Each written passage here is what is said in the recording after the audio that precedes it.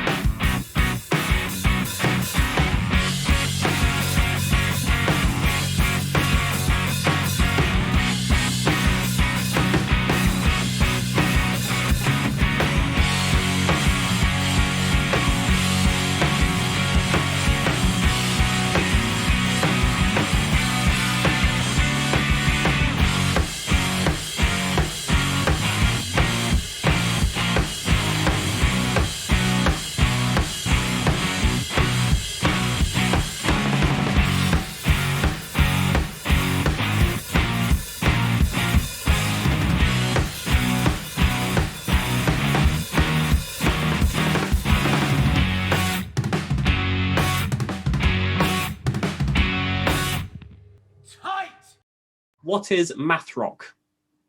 Oh, so math rock, it's obviously it's Americanisms, math, not maths, math. And it's usually, or it's typified by like awkward time signatures and awkward rhythms. And like, so a lot of it's quite stop-start, breakbeat. So it's quite jazzy then.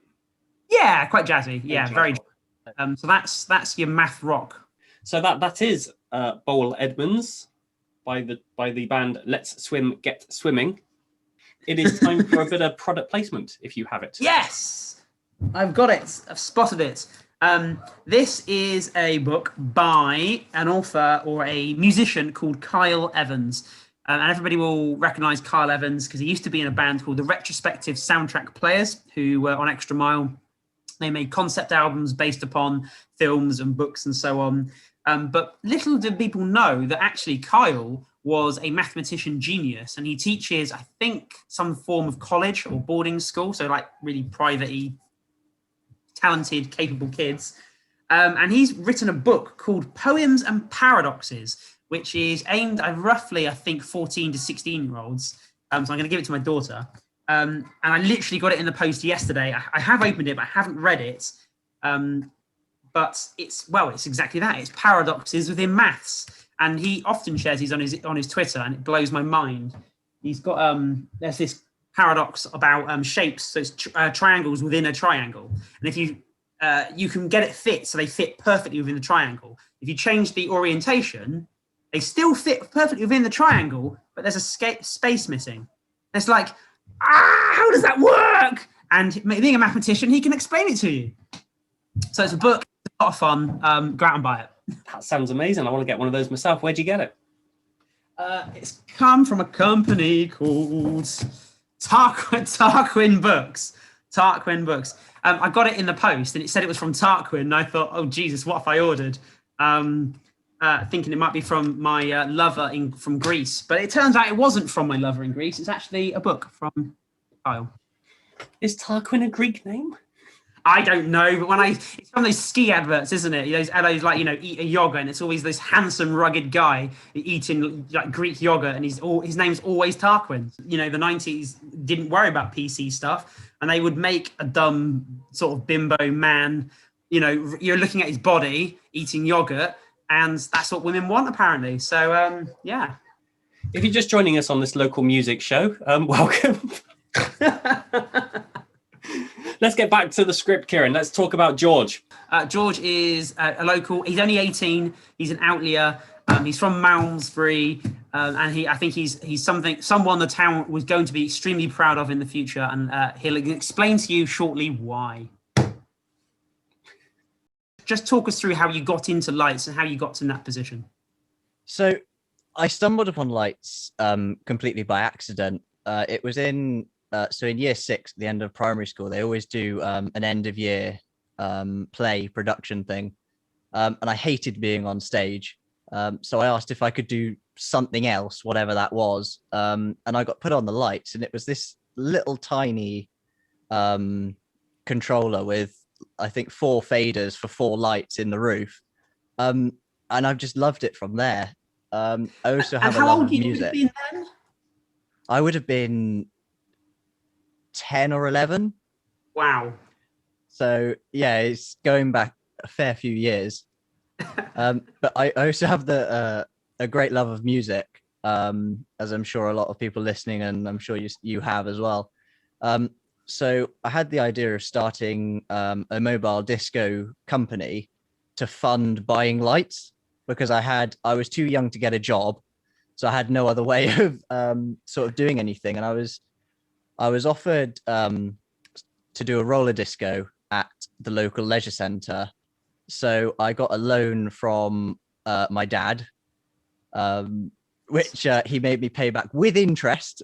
And that bought me all the basic lighting kit and PA kit and everything like that for the mobile discos. And I kind of, we did those all summer. And then all the adults that would have to bring their kids were sitting in there. And they then started asking if we would do parties for them, which of course we said yes, because I wanted to buy more gear. Um, and it just progressed from there. And then people loved what we were doing at their parties, and they'd recommend us to friends. And it's just picked up from there. So then I started buying more lights so I could market myself to festivals and small to medium sized live events.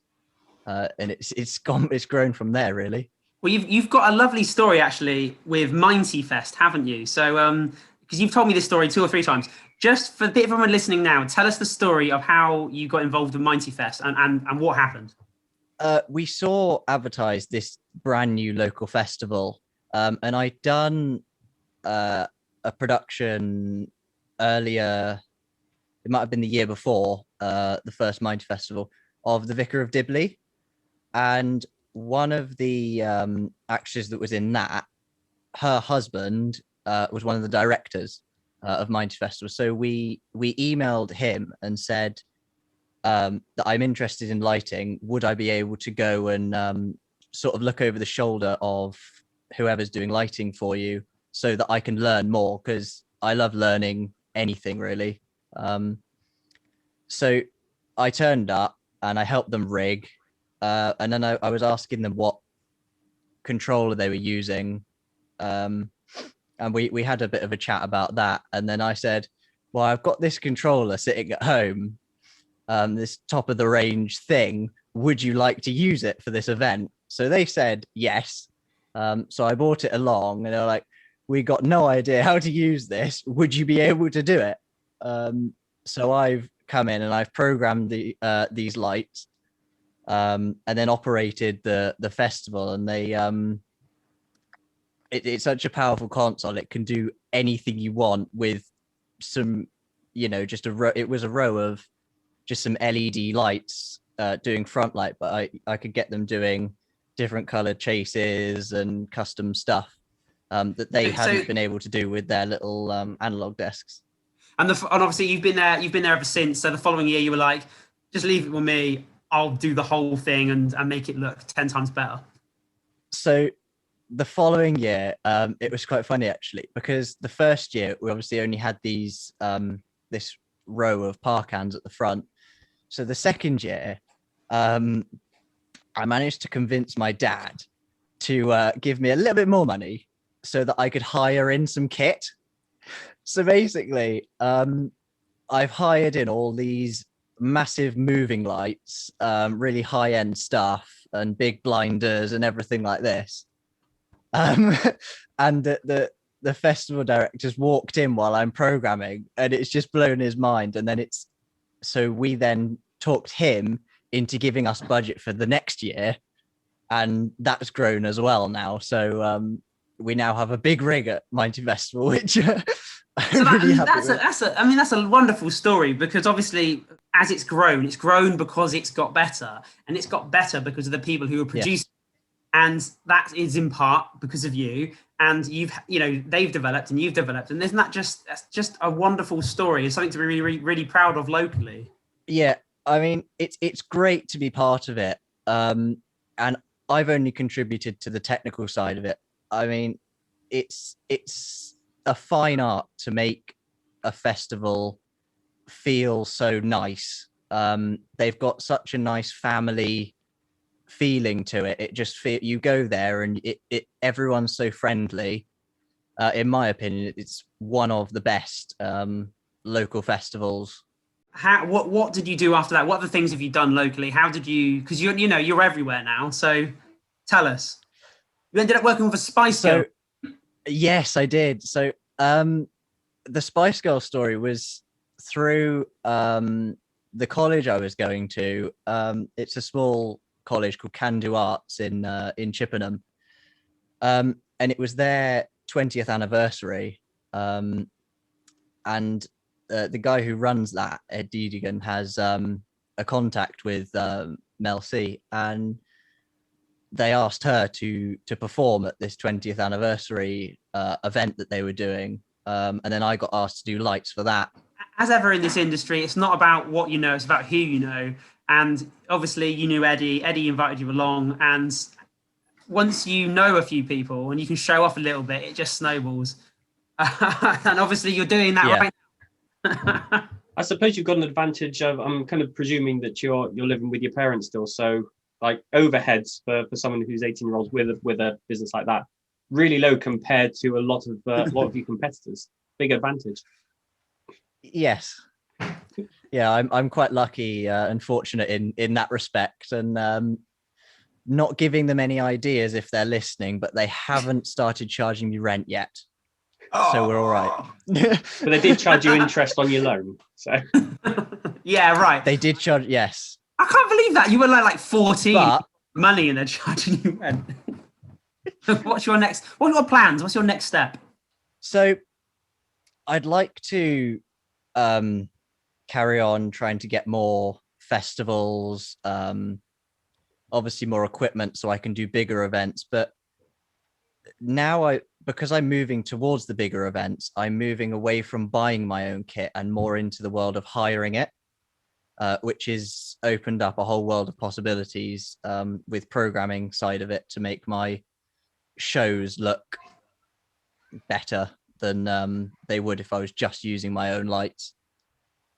So I'm looking at moving, hopefully to bigger stuff and just doing more of what I'm already doing. I mean, I know without a shadow of a doubt, you're on this upwards trajectory. You're going to be at the top of the industry without a shadow of a doubt. You'll be employing me one day, and I'll have pleasure in saying I knew you when you were 16, and I could see the potential in you. So I'm sticking my colours to the mast there. Go on, John. What is your preferred gig? Do you prefer to be at somewhere like Minety Festival, or do you prefer to be doing like a solo or act, or just a single act over the night, or what, or a seminars? There's so many or different a things dance like show. Yeah, dance shows. That's a good question.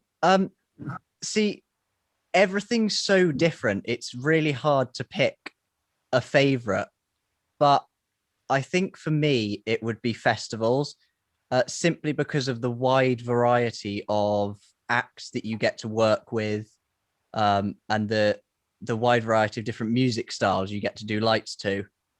But there are pros and cons with all of them. I mean, if it's a one act you're doing lights for at a one-off event, you can get to know their music a little bit more.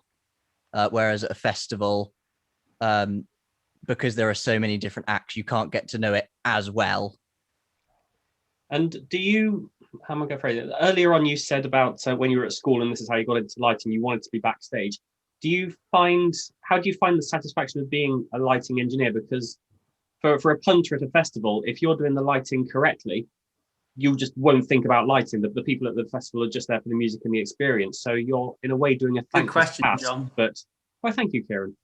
But in a way, I suppose that's really kind of what you would. It's just talking over me as I'm asking a question. It's so unprofessional. But it's kind of like an unthankless task, isn't it? But by the sound of it, that's what you're into. Well, it's my passion. It's what I love doing, and I have loved doing for years. So for me, it's not really about recognition. It's about trying to enhance what the musician and the story the musician is trying to portray to their audience. George, do you have a website? You do. We've mentioned it earlier. Just tell us what it is. So it's beamsproductions.com, and that's Beams spelt with a Z. Trendy. Available for discos, bar mitzvahs, and all other children's parties. Ever so much for coming on.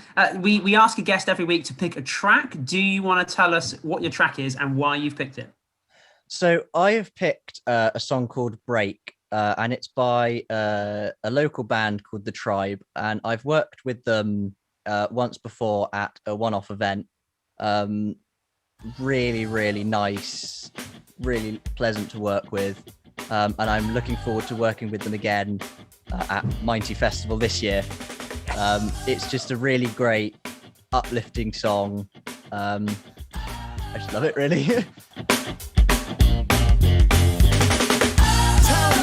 Achieving, writing over religion for just believing, feel the pain for other people and bleeding. So don't believe in other newspapers you're reading, we're a captive audience and eating whatever they're feeding. Subconsciously Negativity affecting however we're feeding. Looking at the bourgeoisie through the glass ceiling. Ask yourself, are you awake or walking around sleeping? Getting stressed out because you're 5 minutes late for a meeting. Stop for a minute, be thankful for the air you're breathing. Looking at the bigger picture, there's no significant meaning. Mass producing animals to eat, making a man turn vegan. I've seen videos on Facebook that have left me even seeking freedom. They say we're free, but we don't believe them. Don't even know what's in the food we're eating. How can we be free when they're too busy policing? Arresting petty criminals for really no reason. But go!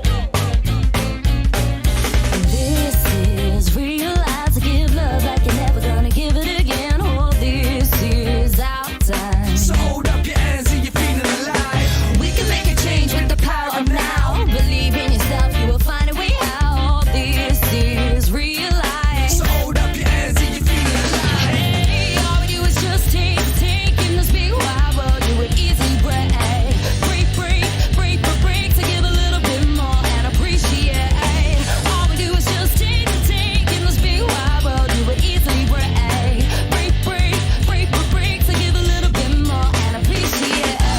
The television will mess up your vision. Propaganda will keep you in prison. Really doesn't take a mathematician to work out something is definitely missing. Gotta stick to the mission. Make the people that listen. They gotta think different when I tell you it is when it isn't. Make an example for the kids because they don't know any different. No equivalent to this. Next generation is so important. Technological devices trying to morph them. Force feeding us into believing all the material stuff. Adverts ram down the neck until we're about to bust. We all believe in materialism, thinking it's really important when really it isn't. We gotta look after the planets for damaging the solar system. Please tell a friend because nobody seems to listen. No barriers now, sex, skin, color or religion. Everybody come together now and let's share this rhythm. This is realize to give love like you're never gonna give it again. Oh, this is our time. So hold up your hands and you're feeling alive. We can make a change with the power of now. Believe in yourself, you will find a way out. This is realize. So hold up your hands and you're feeling alive. Hey, all we do is just take in this big wide world. You would easily break to give a little bit more and appreciate. All we do is just take in this big wide world. You would easily break to give a little bit more and appreciate. Renewable energy, gotta look after the planet. It's a beautiful thing, can't damage it, it would be tragic. Getting kinda manic, we gotta act quick before it all sinks like the Titanic. I'm feeling sick. And when we form a revolution. Identify the problem and find a solution. Instigating in the middle of the institution. Open up your eyes, you can see it's just an illusion. Programming ready for the next intrusion. Don't believe the telly, just avoid the confusion. It's crucial, we stay conscious, move far with the movement. Oh, here's a tribal revolution. Hey, hold tight, all of my people out there listening. Right up against the struggle, we're never giving in. A tribal wave, and we're live upon a mission here. We come and bring the positive vibes and then we disappear.